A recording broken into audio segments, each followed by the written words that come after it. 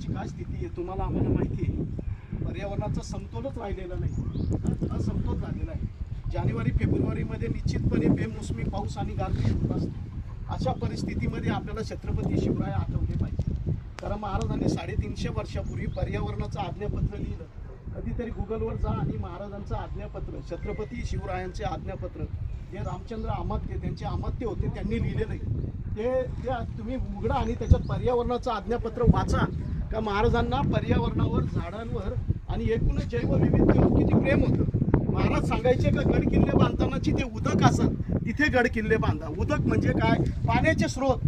म्हणजे गड किल्ल्यांची बांधणी करायची असेल ना तर पाणी असलं पाहिजे, कारण तिथं रयत राहणार आहे, सैनिक राहणार आहे आणि पर्यावरणाचं संवर्धन करायला गुरं ढोरं सगळी आज त्या किल्ल्यावर राहणार आहे. म्हणून त्या ठिकाणी उदक असलं पाहिजे, म्हणजे पाण्याचे स्रोत असले पाहिजे. महाराज काय म्हणायचे? तटोतटी झाडे झुडपे वाढू न द्यावे. म्हणजे तट आणि बुरुजाला झाडं झुडपं वाढू न द्यायचे, ते वरचे वर काढावे. म्हणजे ते काय म्हणायचे? वरचे वर छाटा, ते उपटू नका, नाही तर तो स्ट्रक्चर असतो बांधकामाचा तो ढळून जाईल. तर त्यांनी आपल्या सगळ्या मावळ्यांना आदेश केला होता की तुम्ही जेव्हा जेव्हा वृक्ष घेणार आहे, जे तुम्हाला आरमाराच्या कामी जे वृक्ष लागणार आहे ते वृक्ष घेत असताना तुम्ही त्या मालकाला रोख रक्कम द्यावी, हे महाराजांनी आज्ञापत्रात सांगितलंय.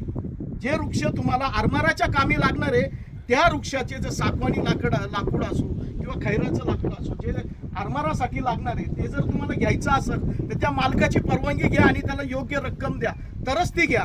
जी वाळलेली झाडं आहे ती घ्यायची असेल तर त्या ज्या मालक आहे त्या मालकाकडून योग्य ती रक्कम त्याला देऊन त्याची परवानगी घेऊनच ती वाळलेली लाकडं इंधनासाठी वापरा, असं महाराज सांगायचं. महाराजांनी कचरा व्यवस्थापन, जल व्यवस्थापन, वृक्ष व्यवस्थापन असं अनेक पद्धतीने पर्यावरणाच्या आज्ञापत्रामध्ये सांगितलंय. महाराजांचं गडकोटांच्या संदर्भातलं आज्ञापत्र हे तुम्ही समजून घ्या. सगळ्या गड किल्ल्यांच्या रस्त्यांना, वाटांना शत्रूची नजर जाऊ नये म्हणे महाराजांनी त्या वाटांना कलारग्यांची झाडं लावा म्हणून असा आदेश केला होता. कलारग्यांची झाडं का लावायची? तर रस्त्याचे जे शत्रू ज्या वाटेने किल्ल्याकडे जाणार आहे त्या किल्ल्यांना आपण काय म्हणतो? दुर्ग म्हणतो. दुर्ग म्हणजे दुर्गम ठिकाणी असलेले गड. हे सह्याद्रीमध्ये वसलेले गड हे दुर्गम ठिकाणी शत्रूची मेहर नजर सुद्धा त्या गडाच्या माथ्यावर जाता कामा नये म्हणून त्या मूळ रस्त्याला दोन्ही बाजूला आणि मोठ्या प्रमाणात वृक्ष लावा. त्या वाटा मोडून टाका, गडावर चढण्याच्या वाटा सुद्धा मोडून टाका आणि तिथे मोठ्या प्रमाणात कलारग्यांची झाडं लावा, असा महाराजांचा आदेश होता. 350 वर्षापूर्वी ज्या राजाचा आदेश असायचा का पर्यावरणाचं जतन, संवर्धन, संरक्षण आणि जलसंवर्धन हे किती काळाची गरज आहे हे आपण आता लक्षात घेतलं पाहिजे. आज आपण जे भोगतोय ना ते सगळे नैसर्गिक बदल, जे आता अल निनोचं वातावरण आहे त्याचा परिपाक हाच आहे. पर्यावरणाचा अपरिमित ऱ्हास झाला आहे, वनवा लागतोय, मोठ्या प्रमाणात जंगल नष्ट होत आहे. घाट माथ्यांमध्ये आम्ही नेहमीच असतो, जंगल घाटामध्ये वनवा लागतो. यावेळी 41 ठिकाणी वनवा लागला.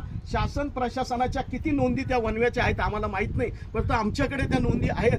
वनवा लागून हजारो एकर रान काही क्षणात जळून जातं आणि जैवविविधता आणि जे पर्यावरणाला आणि झाडांना पोषक असलेले, ज्या भूगर्भाला पोषक असलेले सर्व कीटाणू, गांडोळासारखे अनेक जीवाणू जळून जातात आणि मोठ्या प्रमाणात बायोडायव्हर्सिटीचं मोठं नुकसान होतं. म्हणून वनवा, लाकूडतोड, पर्यावरणाचा ऱ्हास हे आपलं पुढचे संकट आहे. पण त्यानंतर येणारं संकट भूकंप, महापूर, गारपीट, ढगफुटीसारखं वातावरण, काल परवाची जी घटना आहे त्याच्यापासून जर आपल्याला आता आपला जीवसृष्टी वाचवायची असेल तर तुम्हाला आम्हाला निसर्गाचं, पर्यावरणाचं, जल, जमीन, जंगल, डोंगर आणि झाडांचं रक्षण करावं लागेल. नुसती झाडं लावून चालणार नाही. भारतीय प्रजातीची झाडं लावली पाहिजे आणि ती जीवापाड जगवली पाहिजे. आणि इथं जी झाडं आणलेली, मी येताना सांगितलं होतं खंडूभाऊंना की जे झाडं आपण आणणार आहे त्या झाडांमध्ये नीम, करंज हे जास्त प्रमाणात लावा. कारण आमच्या तिकडे 64,000 झाडं आम्ही काशिपी धरण आणि आळंदी धरणाला महिंद्रा कंपनीच्या CSR माध्यमातून लावले. ते गेल्या अनेक वर्ष झाडं लावायचे,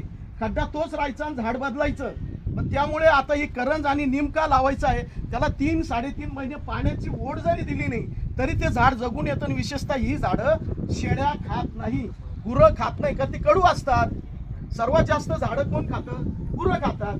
म्हणून आपलं लक्ष असलं पाहिजे. कुंपण करायची गरज नाही, त्याला व्यवस्थित 3-4 महिन्यांनी पाणी दिलं, त्याला हाडं खोदलं, त्याची वाफ काढून दिली तर निश्चितपणे झाडं जगतात. आम्ही रामशेतच्या माथ्यावर आणि एकूणच दर्याई माता देवस्थान आहे तिथे आम्ही 34,000 झाडं झाडाचं संगोपन केलंय. मात्र वनव्यानी आमची झाडं सुद्धा यंदा जळून गेली. 7 वेळा होता त्या ठिकाणी लागला.